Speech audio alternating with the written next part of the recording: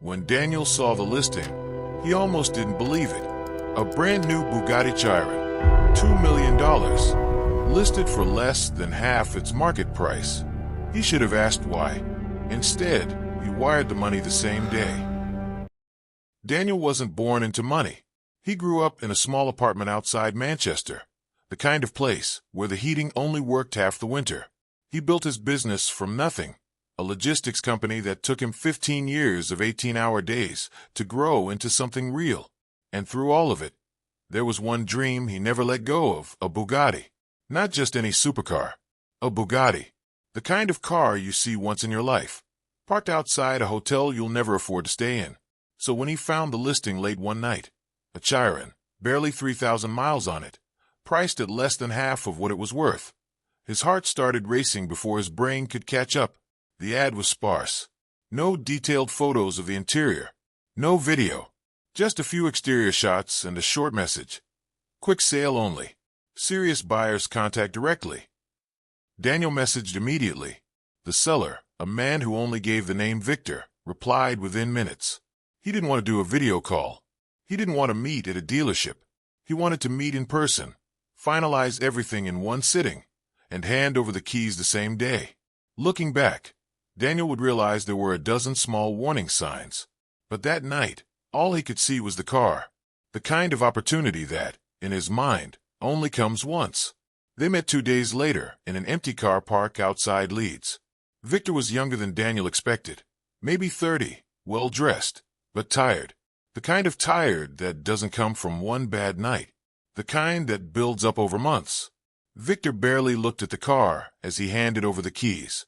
He signed the paperwork quickly, hands slightly unsteady, and the moment the payment cleared, he let out a breath like he'd been holding it for a long time. "Take care of it," Victor said quietly. Then he turned and walked to a cab waiting nearby, and he was gone. Daniel didn't think much of it. He had his Bugatti. For the first few weeks, life felt like a dream. Daniel drove the Chiron to work, just to feel it on the road. He posted a few photos online. Nothing excessive, just a man enjoying something he'd worked his whole life for. But then, the strange thing started. The first time, it was a man standing across the street, just watching the car, not moving, for almost 10 minutes. Daniel assumed he was just another car enthusiast. People stared at Bugattis. That was normal. Then it happened again. A different person, this time taking photos of a license plate from a parked car nearby. A week later, Daniel received a message from an unknown number. "You need to return that car.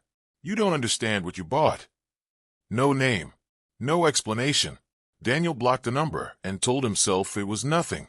Jealousy, maybe, or some online troll who saw his posts. But the feeling didn't go away. A month in, Daniel brought the car in for a routine inspection at a specialist garage. His mechanic, a man named Tom who'd worked on exotic cars for over 20 years, called him into the back of the shop. "Daniel," Tom said, holding up a small device. This was wired into the car's electronics. "It's a tracker, professional grade, not factory installed." Daniel felt his stomach drop. "And there's something else," Tom continued. "The VIN plate under the dash doesn't fully match the registration documents you showed me. It's close, but it's not right." Daniel sat in his car that night for almost an hour before he did anything. Then he started digging, really digging. He pulled service records, contacted the original dealership the car had been purchased from, and slowly, a picture started forming. The car had been registered to Victor for less than 4 months. Before that, it had belonged to someone else entirely. A name Daniel didn't recognize. A name that, after a few more calls, led him to a small accountancy firm 2 hours away. Daniel drove there the next morning, not entirely sure what he was looking for. The woman at the front desk recognized the name, Victor, immediately, and her expression changed the moment Daniel said it. "You bought his car," she said quietly. It wasn't a question. She told Daniel to wait, and a few minutes later, an older man came out from the back office.